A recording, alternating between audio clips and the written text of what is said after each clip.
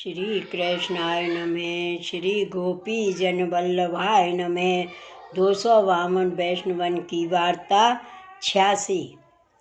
अब श्री गोसाई जी को सेवक एक वैष्णव छत्री चंदनवारो श्री गोकुल जी में रहतु। तिनकी वार्ता को भाव कहते हैं। भाव प्रकाश। ये राजस भक्त हैं, लीला में इनको नाम भ्रमिता है। सो पहले ये द्वारका लीला में बिमला की सखी ही बिमला ते प्रकटी हैं, ताते इनके भाव रूप हैं।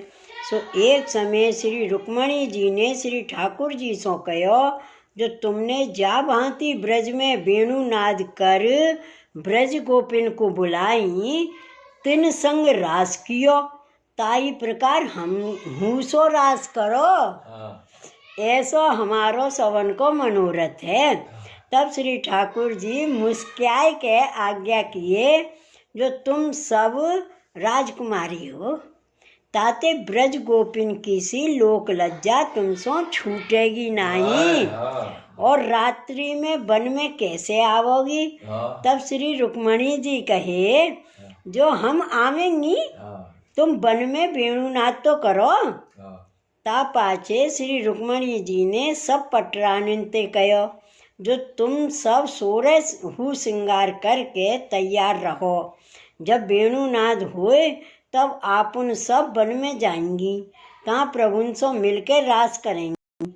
तब सत्यभामा आदि सब पटरानी प्रसन्न हुए अपने अपने मंदिर में जाई निज सखी सहचरिन सहित श्रृंगार करन लागी। ता पाचे श्री ठाकुर जी गोपी तलैया पे जाए वेणुनाद कियो। सो सुन के श्री रुक्मणी जी आदि सब पटरानी निज सखी सहचरिन को संग लेके सोरे हु श्रृंगार किए अपने अपने मंदिर ते निकसी। सो सिंहपौर पे आई, तहाँ देखे तो वसुदेव जी आदि सब यादव बैठी हैं। तब इन सब ने आपस में विचार कियो, जो रात्रि के समय हम सब या प्रकार श्रृंगार किए घर ते बाहर जाते हैं, सो ये गुरुजन हमको देख के कहा कहेंगे, और कदाचित हमसे पूछेंगे, जो तुम सब मिले सो रहे हो श्रृंगार किए या रात्रि के समय कहाँ जात हो, तो हम उनको कहा उत्तर देंगे। ताते या समय घर बाहर जानो सर्वथा उचित नहीं। सो या प्रकार गुरुजन के डरते ये सब जनी अपने अपने मंदिर में फिर आई। सो बात श्री ठाकुर जी ने जानी। तब श्री ठाकुर जी विचार किए, जो मैंने तो पुष्टि स्वरूप के आवेशों वेणुनाद कियो है, और रास रमवे को संकल्प कियो है, और ये तो आई नहीं, सो मेरो संकल्प मिथ्या कैसे हुई। ताते अब ब्रज में ते कुमार कान को बुलाई, तिन संग मिल रास करनो चाहिए। या प्रकार विचार के श्री ठाकुर जी ने कुमार कान को बुलाई। ता समय श्री रुक्मणी जी की सखी बिमला और श्री सत्यभामा जी की सखी तन्मध्या हु अपने परकर सहित गोप्य रीति सो तहाँ आई।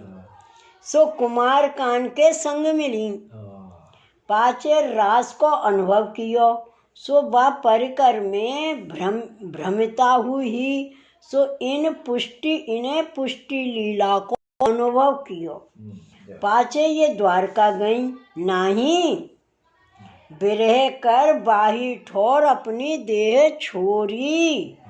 सो भ्रमिता के संग बिमला की एक सखी सहोदरी ही, सो बाकी हु या ही प्रकार देह छूटी। तापाचे तन्मध्या की 3 सखी ही, तिनके नाम कृष्णनरी, रतिशूरी, सत्या। सो उन्होंने बिरह कर अपनी अपनी देह छोड़ी। सो ये 5 सखी ब्रज लीला में प्राप्त भई।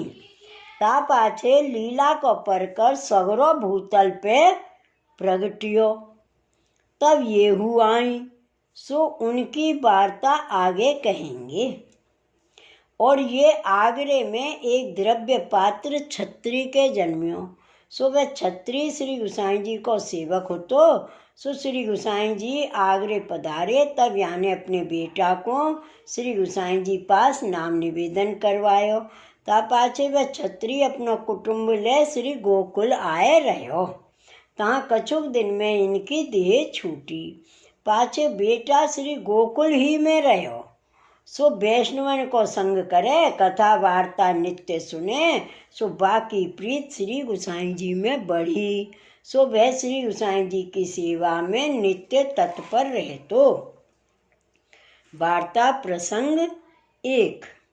सो एक दिन श्री गोसाई जी आप उष्ण काल में मंदिर सो पहुँच भोजन करके बैठक में विराजी रहते। तब मध्याह्न समय प्रभु अपने श्री अंग में चंदन लगाते। सो वैष्णव अपने अपने घर ते एक एक दिवस अति सुगंध को अर्घजा ले आवते।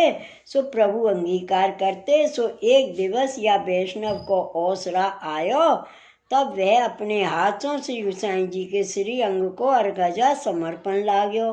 ता समय वह वैष्णव के मन में आई, जो सगरे वैष्णव श्रीनाथ जी को श्री गोसाई जी को एक स्वरूप कहते हैं, और ये तो मनुष्य देह धर दर्शन देते हैं। सो यह मेरे मन को संदेह कौन भांत सो निवृत्त होएगो। यह वाके मन की बात श्री गोसाई जी जाने। तब वह वैष्णव चंदन लगाए के दंडवत करके घर को जान लाग्यो। तब श्री गोसाई जी पहुँचते समय बासों ये आज्ञा करी, जो वैष्णव तुम थोड़ी सी बार पंखा करके पाछे घर को जाइयो। तब वह वैष्णव श्री गोसाई जी को पंखा करन लाग्यो, और श्री गोसाई जी अति झीनो उपरना ओढ़ के पौड़े। पाछे व वैष्णव को प्रभु उपरना भीतर साक्षात श्रीनाथ जी के दर्शन पंखा करत समय दिए। तब तो वैष्णव अपने मन में विचार करन लाग्यो, जो ये मुँह को सपनों सो कहा होते। सो वह आँख मीण मीण के फिर के देखन लाग्यो, जो मुँह को ये भ्रम तो नहीं भयो।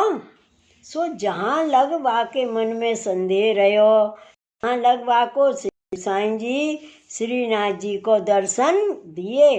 तब जानियो जो सब वैष्णव कहत हते सो साची बात है। तब वह वैष्णव ने बाई समय दंडवत करी। तभी वाके मन में विश्वास आयो। तभी श्री गोसाई जी उठ बैठे। पाछे श्री गोसाई जी यह वैष्णव की ओर देख के या को पूछे, जो वैष्णव तेरे मन को संदेह निवृत्त भयो।